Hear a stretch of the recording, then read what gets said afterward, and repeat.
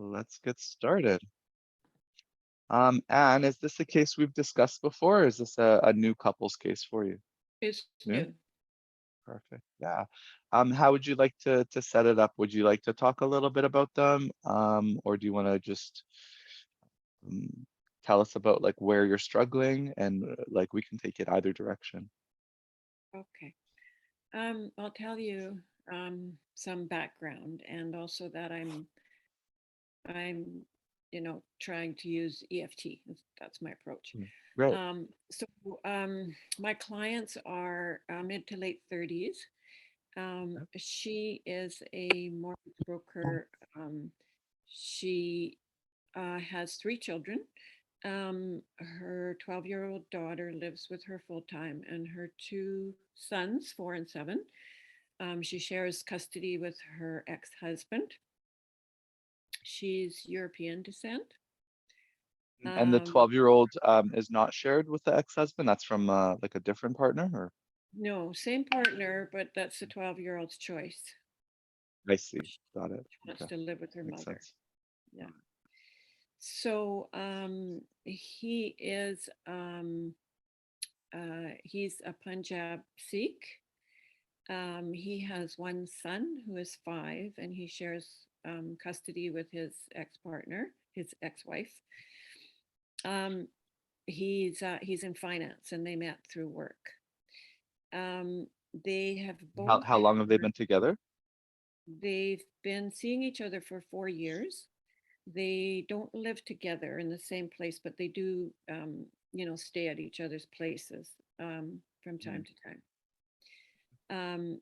So they both had acrimonious divorces in 2017, and they both have court mandated co-parenting counseling that they go to.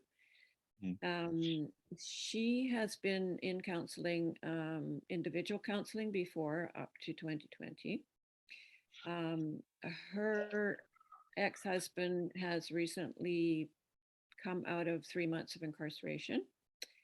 Um, and so their main issue, their main issue is communication.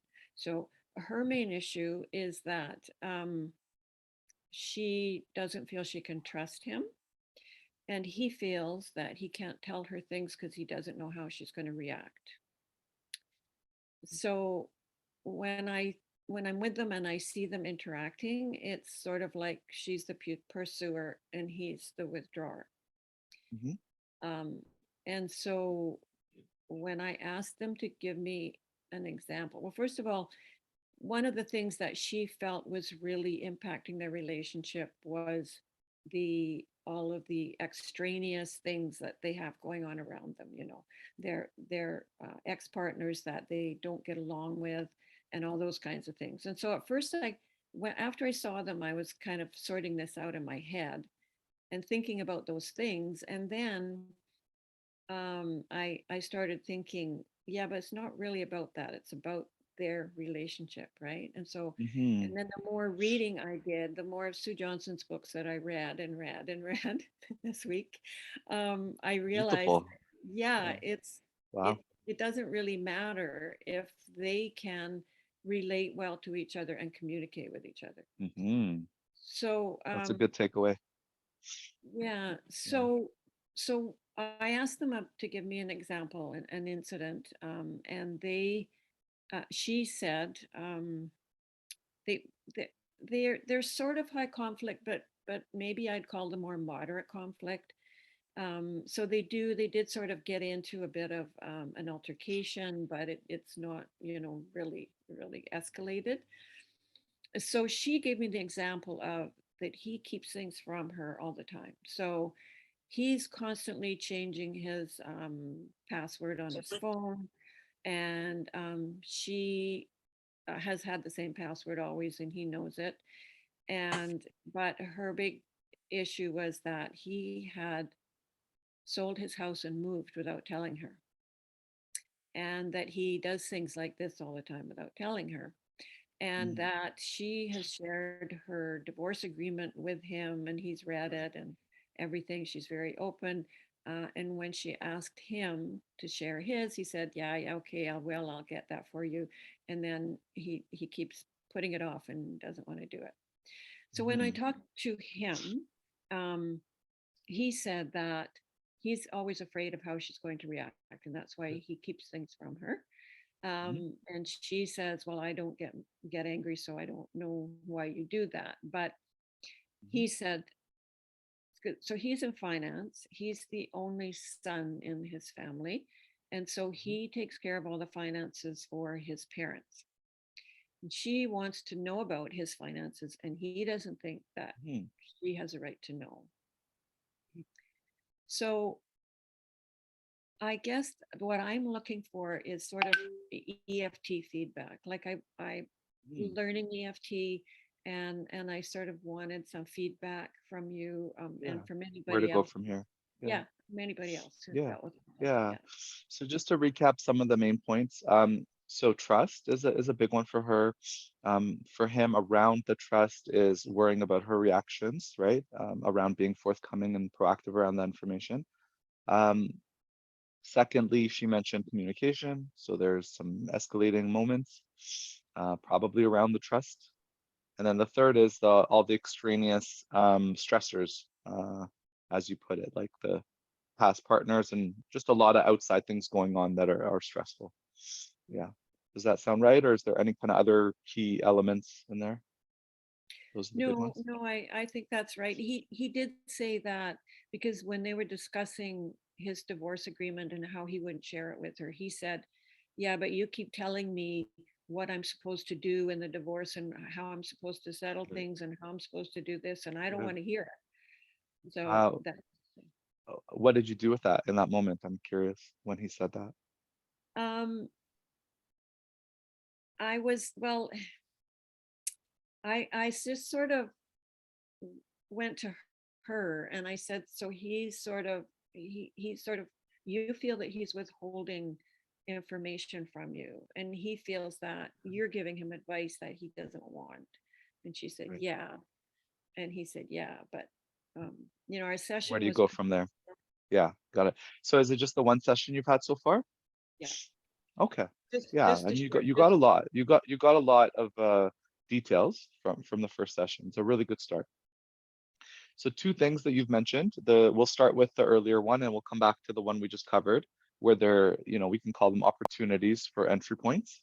Mhm. That's really, I think, initially what you're looking for, right? Why do you ask about an example is because you're looking for an entry point to go deeper, right? The example that you gave or that you asked her to give, in some ways, linguistically, it's an example, but it's not an example from the perspective of like what a camera would see, like a moment in time. It was more of like an opinion, right? Like I Yeah, can't trust him because he does this thing, right? That's not a moment in time. That's a bigger, broader generalization of her beliefs around what he does. And a lot of these things are around beliefs in the same way that trust issues are generally not about the current partner. They're could be based on previous partner, could be based on earlier stuff, and it gets projected on behaviors in the moment that our current partners are doing. So that's the moments we're looking for, right? Especially in stage one, we don't want to generalize too much. We really want to we want to be very, very bottom up. This happened in this particular moment. So I want the example. This is what happened. Okay. And then what happened? It's really from the video camera or the fly on the walls perspective of what it saw in that moment, right? Like it's like very much a sequence of events. We got a lot of people joining today. So I'm just gonna let her in and then we'll continue there. So that's part one. The second part is around that in the moment chance or opportunity you had, I think, to go deeper with him. Because it sounded like something happened in that moment, right? She said something and he responded in a call it a sharp way. Would that be accurate? Like he kind of jabbed back. That's your entry point. those are ideal entry points to go deeper. You might not know what to do, or you may know what to do, but are, just worried about how it would go, and so you're afraid to pull the trigger. Would that be accurate? Like, you might know what to do, or where are you at in terms of, if you zoom out and are completely comfortable, would you know what to do in that situation?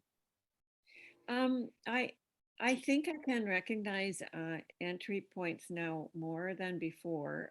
I think with our first session, because I was nearing the end of the session, like I just had the 50-minute session. And so in the beginning, I Sure, was getting all these details.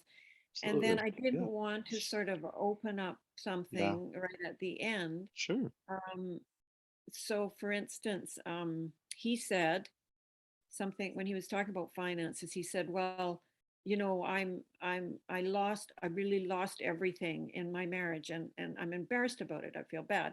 And I Mm. knew that that was a time that I could have, you know, visited that emotion with him, but it was so close to the end that I didn't want to, I mean, I guess That that like, that one in particular, I'd probably leave alone. The reason for that is because it's not about them. It's about him and his experience with a past partner. What but you're then I really thought, after is between the two of them. sorry, but then I thought that had to do with why he withholds information from her that he Yeah, doesn't want her to know about his yeah. financial Makes situation, sense no? from that, makes sense from that perspective. It would still be really top down. You're looking to investigate as to why what you consider in the moment a fact to be the case. But we're not really working with facts. We're working with sensitivities. So it may or may not be true, to whatever extent we're talking about, that he withholds something, right? It's in degrees. So what we're actually really after, especially in the beginning, is what happens in this relationship to trigger that. What does she do in a particular moment in time that then brings up the situation or the experience in the past that may be something that he's kind of holding on to, like you said, and reacting, or not being as forthcoming as she would like, right? That's going to get you a lot further than focusing on the past experience, because digging in on that is going to be very top down. You're going to lose her. You might trigger her just around that. So But bottom up within their relationship is where you want to start. okay.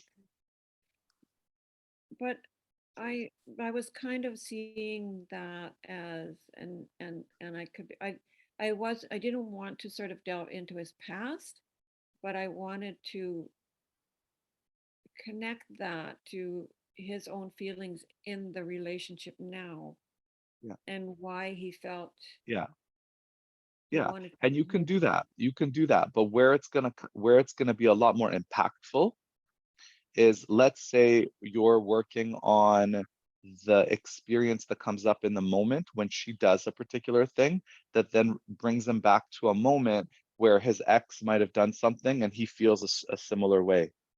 Then you can go, oh, well, is that an experience that is familiar to you? And what do you do? What's your like tendency, is to close up, to walk away, to hide. And that reminds you of a past where maybe you really needed to do that. Maybe it's past relationship, maybe it's early childhood, right? You're going to be going to the earliest experience of that. And maybe it's not even in the last relationship. Maybe it started a long time before that, right? And then it carried into the last relationship, then it carried into this one, right? So you're after the experience, right? Coming in and just trying to get the experience of the past without having an anchor in the present is very difficult. It just is not going to be as impactful, Okay. right? Okay. And and also it's going to come across as an integration piece. So this is more advanced stuff, but when you do take a risk, when you do get him to take a risk, right? And it's executed well, meaning he is enacting it, she responds really well to it, he's now able to feel really good about opening up.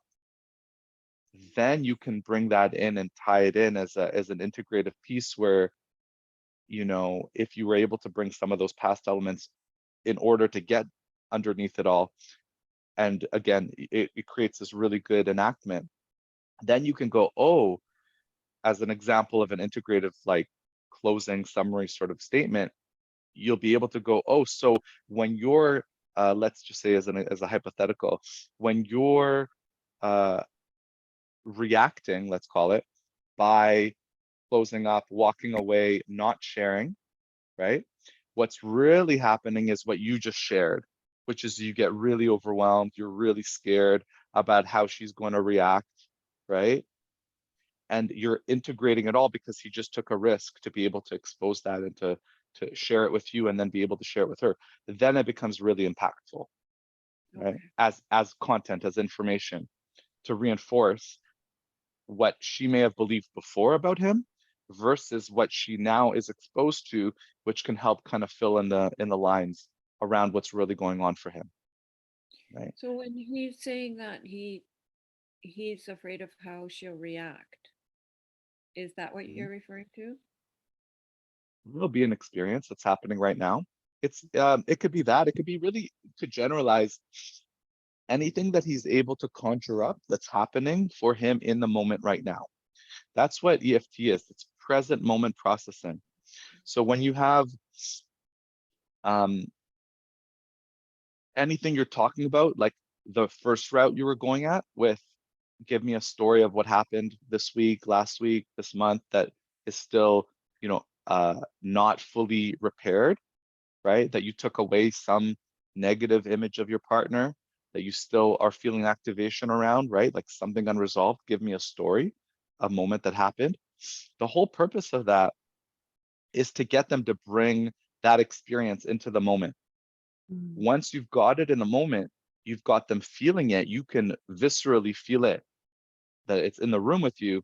That's where, if you feel it's comfortable enough within their window of tolerance, you can get them to turn to their partner and share that with them. But you're gauging how big of a risk is it?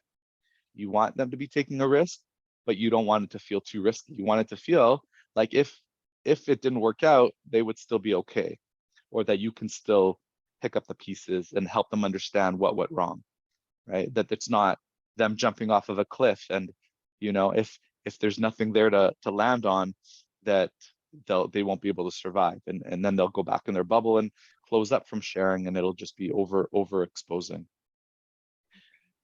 yeah, or re-traumatizing, right? Yeah. So I have So what comes out of that? Yeah. I have an extended session with them next week where I'll see each of them Right. individually first. Okay. Help. Yeah, no, that's always really helpful, right? Part of well, first, the timing piece, um, completely understandable, right? There's not enough time or anything like that. What I usually do is, as long as there's still 20 minutes, that's a good number usually, left in the session, and you find an entry point, you go for it. That's more than enough time, because what you end up, the processing piece, that can be really long or it can be really short, depending on how much time you have to stay there. So if you're at the 30-minute mark, let's say out of a 50-minute session, and there's an entry point, right? Try to still go into it, right? And depending on, of course, the level of resistance you get around being able to stay there, you may not get anywhere. But wherever you do get, once you have only 10 minutes left, then wherever you get, that's what you can turn into an enactment. Okay. Once you do an enactment, processing the enactment doesn't need to take more than 5 minutes. 5 minutes is even enough time to do a good processing of what happened, especially if it goes well. If it doesn't go well, that's where you might need the full 10 minutes. But that's also why you really need to gauge what the level of difficulty, the level of uh, discomfort, so to speak, they're at, right? And if there's a lot of discomfort, then you have to make your sharing a lot easier, a lot smaller, so that the comfort level goes up. And you might have questions about that. So there's a lot of different ways we can go there. What do you think would be most helpful for you to go into from that? So just another question. One of the things that I watched one of your couple's recordings with one of the other students, and I noticed that you recommended you like to do you personally like to do an enactment for each session, right? You'd like to try Well, and get. that's Sue's, yeah, that's Sue's rule. Sue and my mentor Mhm, is at the minimum, uh, in a 50-minute session, you'll do one expressive enactment mhm. and then process that, which will include a receiving enactment as well. And you like to do one in the first session, is that correct? I call it more experiential takeaway. Okay. So an enactment sounds like a big thing, but there could be a very, very small enactment or a huge enactment, right? What you enact is that you do enact is the experiential part. So yes, even in the if you're doing a 25, 25, 30 split, even in the 30 minutes, I'll get them to do an enactment, right? Because the whole idea of it is if you're going to have a week in between, which is usually the minimum, right? That you're going to have in between sessions, you want them to take away an experience that's different than what they're normally used to. That's what creates the hope. It creates the potential for possibility for things to be different. And it's what keeps them coming back, right? Um they need to be taken out of their cognitive brain, basically. They Mhm. really need to be one, taken under, meaning into a primary place, and two, so that both of them get an experience. The enactment is what takes it from intrapersonal to interpersonal, which allows both of them to have an experience. Otherwise, you might get deep with one person, and I've used different analogies before, but it's almost like if you don't end up doing the enactment, it creates almost like a tension. And with working with many students, I've seen when the student doesn't pull the trigger to do the enactment, what ends up happening is they get really frustrated, as the client does, because it's like they get to experience something with you, but where the real power is in their having their partner respond well to them. You're a very slight potential attachment figure, at least early on in the process. Over time, you might be larger, but their partner is the thing that's both triggering them all the way down to their, core childhood traumatic experiences because of how important an adult attachment is to their whole system. And therefore they're also the cure to that, cure to the healing from that childhood experience. So if you get them deep, but they don't execute that full feedback loop, you're basically just creating a right brain connection to you, but not a right brain to right brain with their partner. So it doesn't complete the uh like a full circuit, so to speak. You're kind of going, the cycle is a figure eight, right? As you know, Yeah. it's an autopilot figure eight.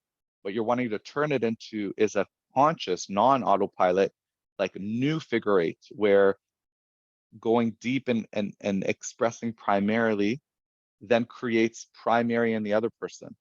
So you're like staying at the bottom of, you're creating a figure eight at the bottom underneath the dotted line, be technical. You're Mhm. staying under and bringing back what you're wanting, what you're needing from your partner, what you've always needed, um, that you probably were missing, growing up or in past relationships, and part of what got you where you're at. So do you find if you have you ever found that if you do and say it's first session and you do an enactment and you have like 20 minutes left or whatever, and they they sort of get so involved and they're talking and interacting so much that you have to somehow interject and let them know that they only have 5 minutes left. Has that ever happened to you? Well, the moment that we're looking for in order to do an enactment, they're not talking very fast anymore, right?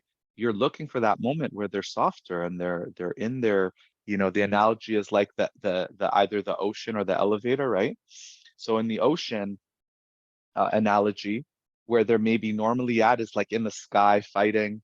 You're working to get them like to tread water and to try to understand what's going on. And then ultimately, even in the first session, ideally, is underneath the water and get a taste for the depth of what's really going on for them. That's primary. So all of that means you're utilizing all the EFT interventions to allow them to slow down, to experience. So if you separate the word emotion from feeling, feeling being attending to your emotion or feeling being attending to your experience Right. versus emotion just happening, you're not aware of it. Our goal is to catch them up, and not just in the first session, of course, but in all sessions in stage one, to allow them to slow down, to catch up to their emotions and to feel that. Once they feel it, they become in tune with that, and everything slows down. And yes, you need to be aware of the time, and that's where you're trying to orchestrate the facilitating and moving towards enactment, and that'll come with practice, and it'll come with time. But um, an enactment, again, doesn't have to be anything large. An enactment could be something as small, maybe even smaller than this, but a small example of an enactment can simply be, hey, let's say, to use your female client's pursuing role, let's call it, hey, when I notice that he's on his phone and doing something that I can't see, I perceive that as he's hiding something from me, and that just makes me want to ask him questions. That's it. That could be an enactment. Just owning what we call the action tendency, in other words, secondary coping. What is my action tendency is to pursue. When I see my partner that I love backing away, I pursue. And that's owning what their body wants to do or does without necessarily deeply connecting to their experience, right? And so let's say in that first 30 minutes, in 10 minutes, you can start to have her label what's going on for her. Let's say you even get up to, yeah, I get really anxious, and that brings me back to my last relationship, and you do get some depth, maybe you get some sadness out of it. You wouldn't necessarily have that be an enactment. You might take one level below where you've gotten. You might just say, hey, what would it be like for you today to share what we just talked about, which is, I pursue you. What would that be like? Oh yeah, I could do that. That's not too hard. Okay, can you try? Right? If you get a more of a sense, oh, that's a lot, I don't think I can do that, then you either take one step back or you go, oh, what's coming up right now? It's scary to think of turning to him and to sharing something like that. Okay, what is it? What is the fear of? What are you worried about happening? And then now you're getting into just fear of communicating, right? Fear of letting him in around what's going on for me. And it'll be smaller because you're just kind of dancing around what sharing is like, right? You're staying up higher, maybe the treading the water kind of analogy. So you're kind of around the amygdala. You're not diving into the amygdala, you're just kind of on the outside, right? Just seeing what is the fear of. And when you can get a few objective fears that are about what's about to happen, again, we're present. So what are you afraid of? I'm afraid he will laugh at me. I'm afraid he will, something very tangible, right? And then what would that be like to share? The tangible thing you're afraid of. And that, generally speaking, is much less than, right, than the actual experience that she's afraid to share, right? If it's like again, a good rule of thumb, 1 to 4, no more than that. If it's somewhere in there that you could even ask, how scary is it on a level of 1 to 10? Oh, it's like a 3. Okay. So it's scary, but it's not so scary that, that it would be overwhelming. Yeah, okay. Can you turn to him and share that when I think of sharing this piece with you, I'm afraid that you're going to turn away and hide from me or something like that, right? And then that's what you would share. And then and if that's too much, then you'll visibly see usually the fear.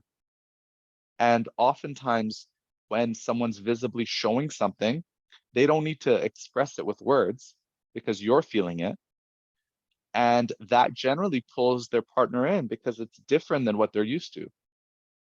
For him, it's very different. He probably sees the questions and the pursuing behaviors, and he doesn't generally see the softer side. So just seeing the softer side, already he's understanding, oh, okay, there's something else going on here. This pursuing is not really what she wants to do. And it also pulls them in. So what you can do in those cases is you can go, hey, can you just look at him right now? Look at how focused he looks. Look at how he's, leaning forward. What's that like for you? That's an enactment too, right? Because just looking at him and considering that this fear may not come true because he looks really present in this moment, looks like he's really paying attention.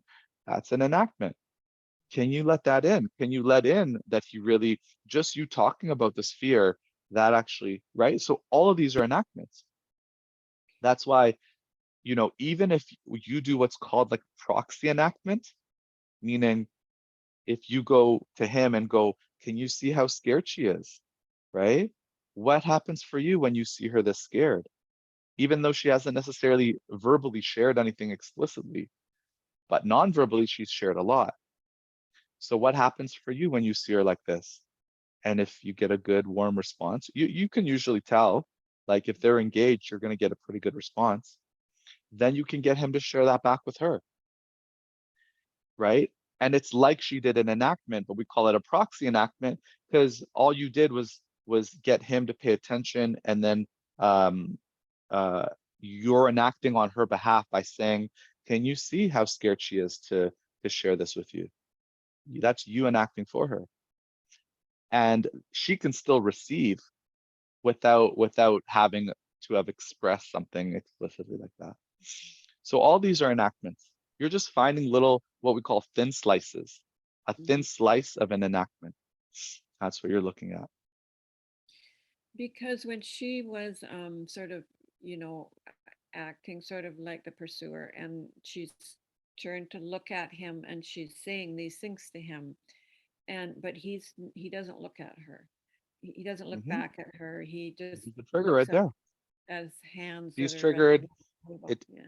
basically you can clearly, as you get familiarized with their dance, which AKA means their cycle, you can plug that in. Oh, this is your dance. It's actually a really good interjection is, oh, so this is what you guys do at home.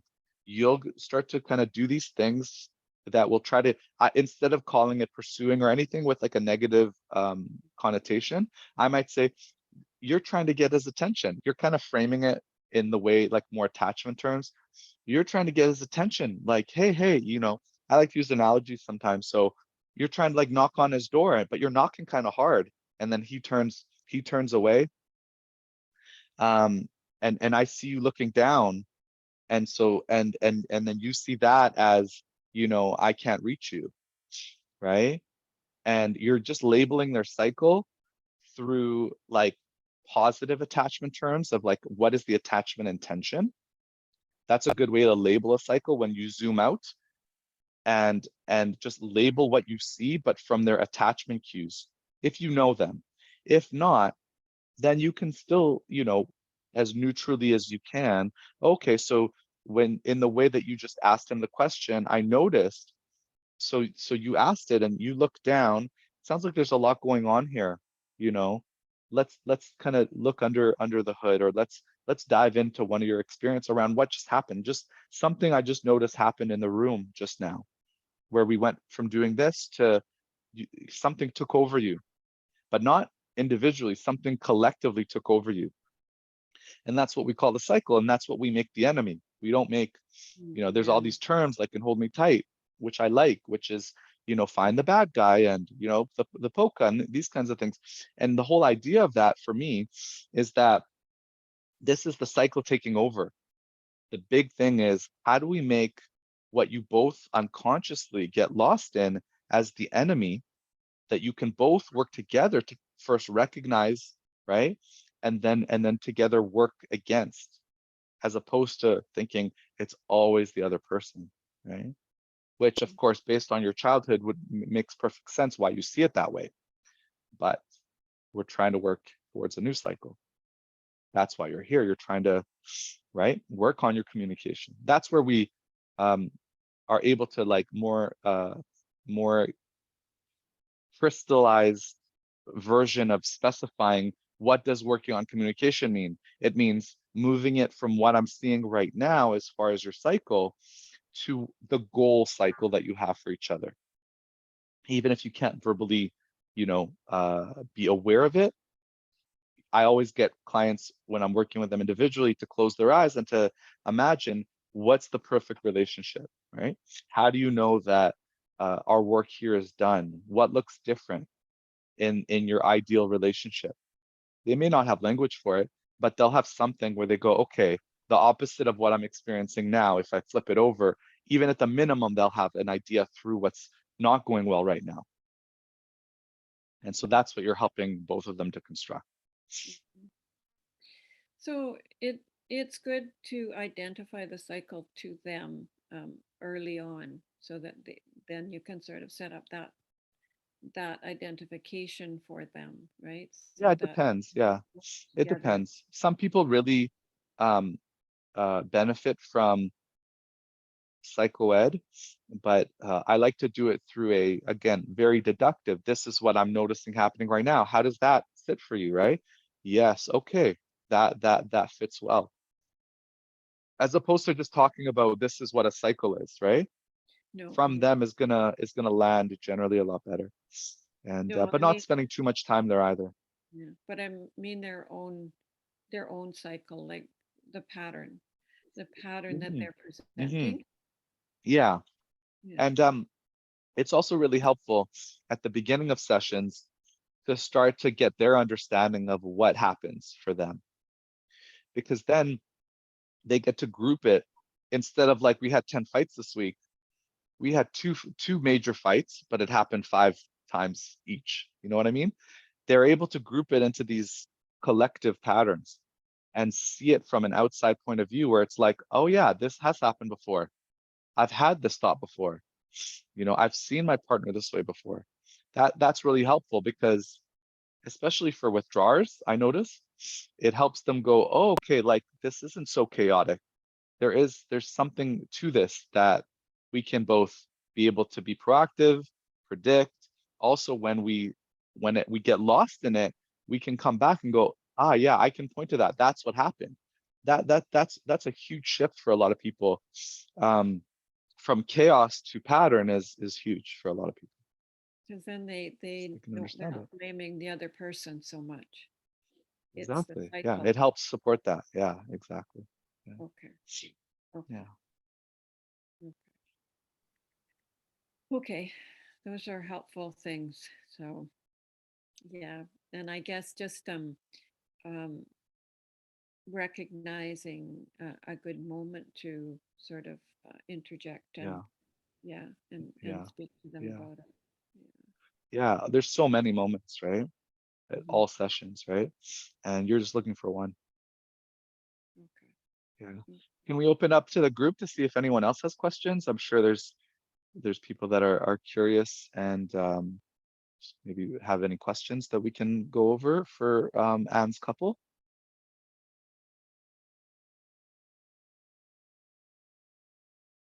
or EFT in general or anything we've discussed so far.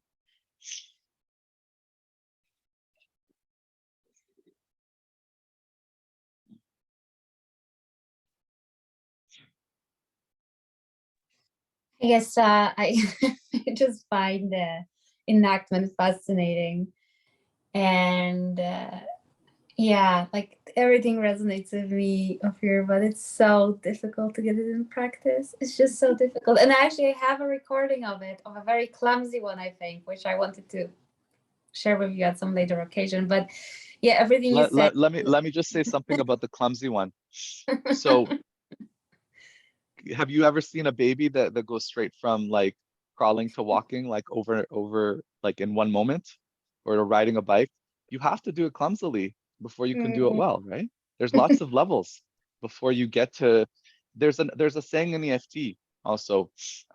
We did it a lot. We talked about it a lot in level 2, which is Mm, good enough EFT, meaning just the attempt to do it works better than any like non-EFT, like mm, than not attempting. So just okay. trying. Well, so that's maybe hopefully to reassure you to try to pull the trigger around going experiential around enactments, because Mm, even if they're clumsy, you get so much out of it, you and the clients, yeah. versus Yeah. not No. doing it.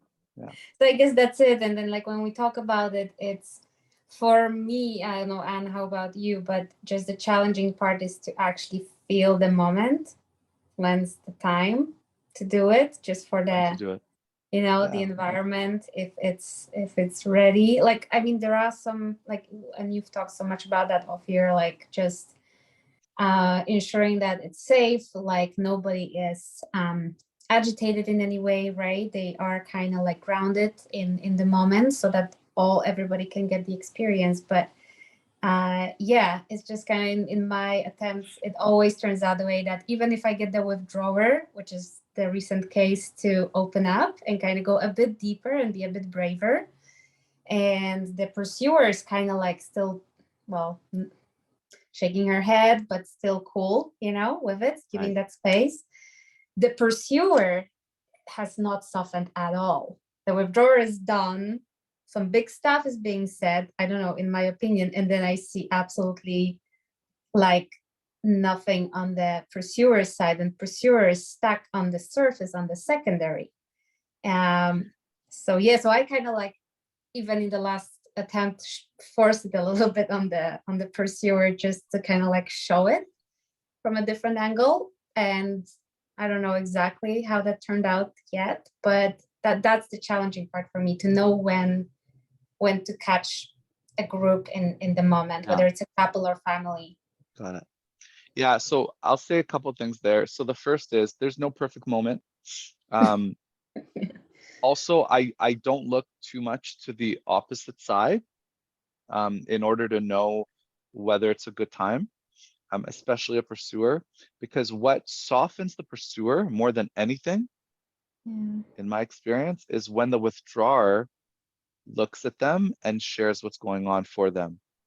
Up until Mm, then, sometimes they'll look cold, but they won't warm up. Like again, it's like what I talked about earlier around, it needs to be their attachment figure. It can't just be mm, you that does like you're not going to be the thing that softens them. So mm-hmm. there's two things that will soften a pursuer: you facilitating their softening around what's going on for them in reaction to how they're triggered by their withdrawing partner. That's Yeah. one thing you were working on going down with them.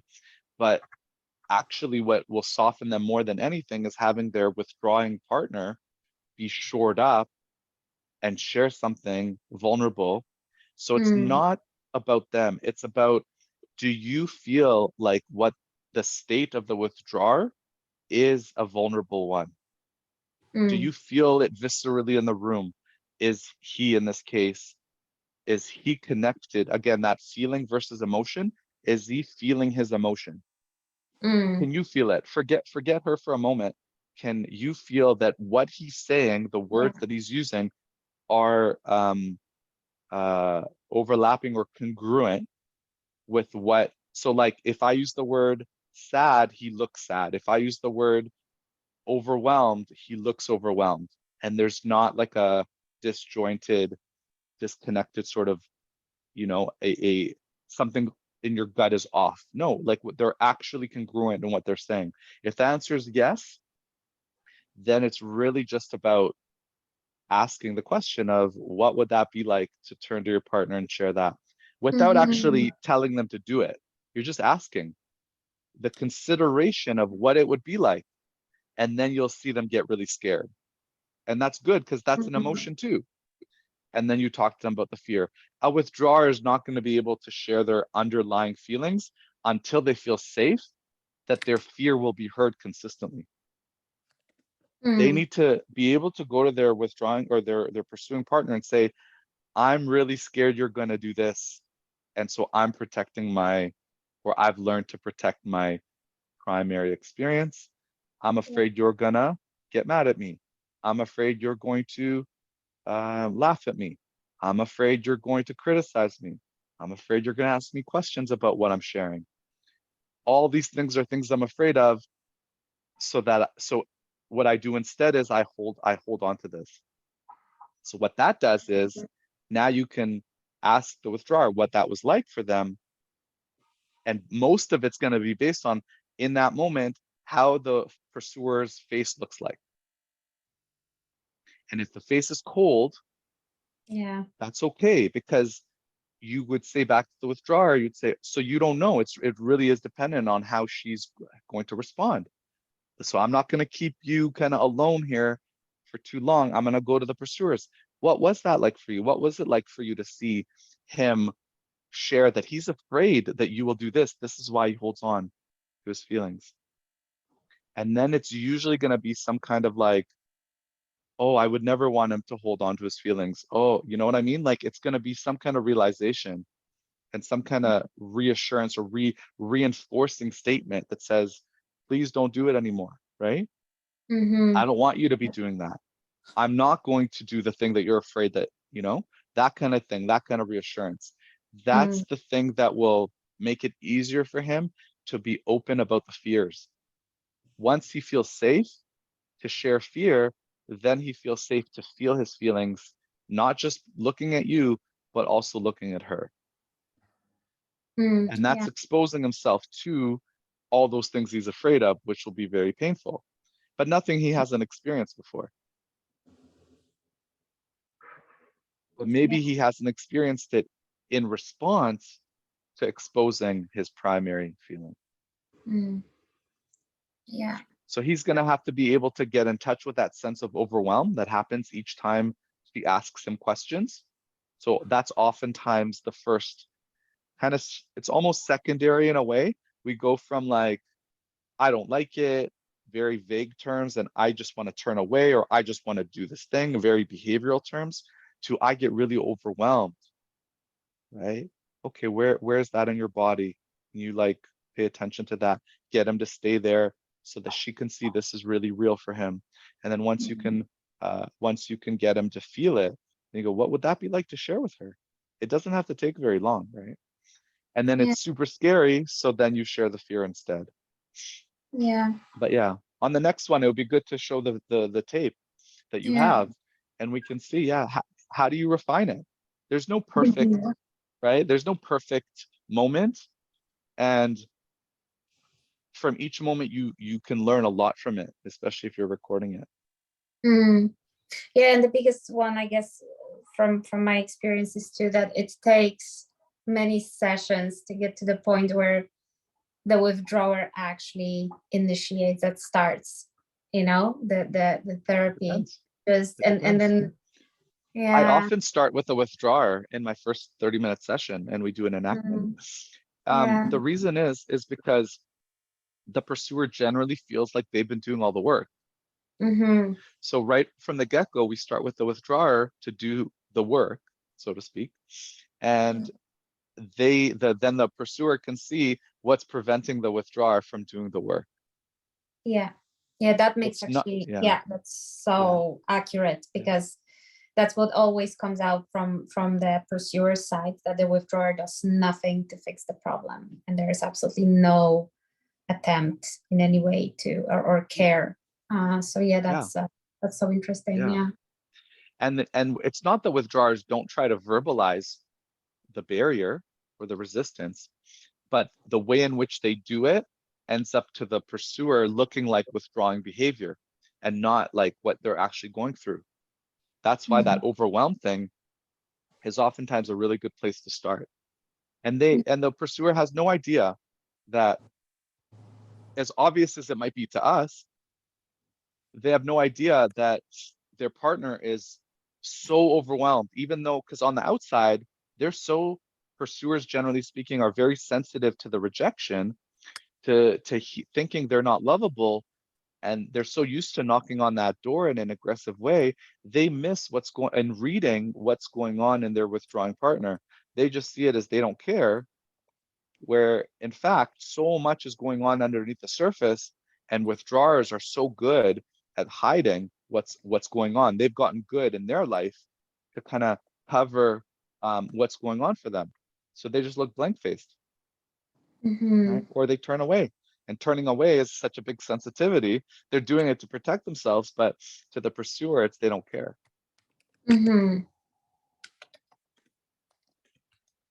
Yeah. Mhm. Oh, thank you. Well, Fair, Does do you that help ever- Anne as well? Mhm.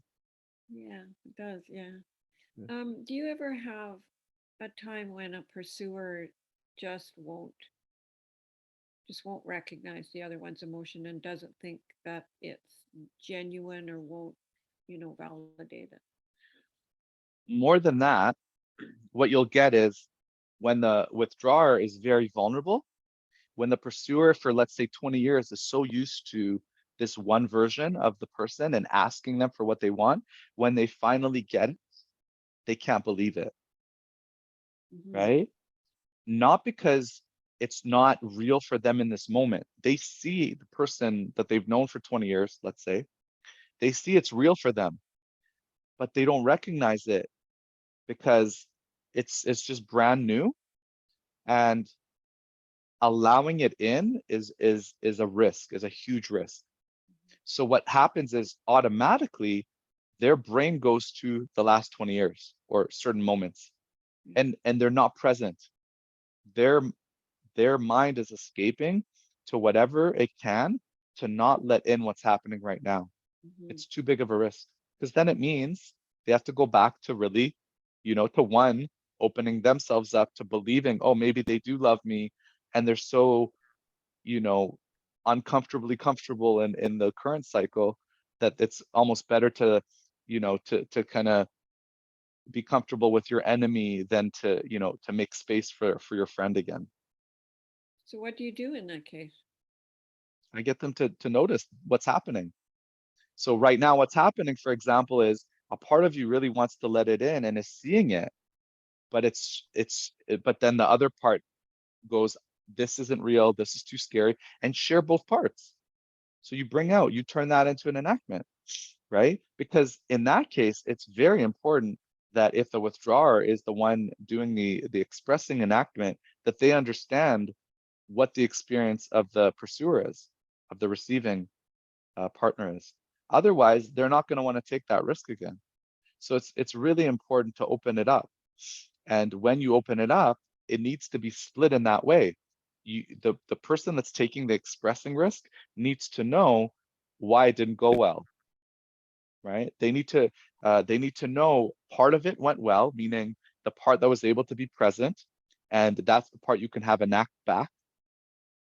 And then you process that felt really good for the withdrawer, and then you go into the other part that will help inform the withdrawer why the pursuer in this case was not able to be there, because it's their stuff. They have a hard time letting this in, and it usually makes sense, right? And that's why it's important to not take too big of a risk too, because if it doesn't go well, you can, do damage control. You can, what in EFT we call it catching the bullet. Catching the bullet can mean catching it as it's leaving the chamber, or once it's already there, we do some repair. Either way. And you eventually get through to them, the pursuer. Well, that is getting through to them, right? Splitting the experience into two is getting through to them, because they're acknowledging the reason, like acknowledging what's happening right now. They're acknowledging part of them really, really, really wants to let it in, and how scary it is, right? And that's going to be really reassuring to the withdrawer.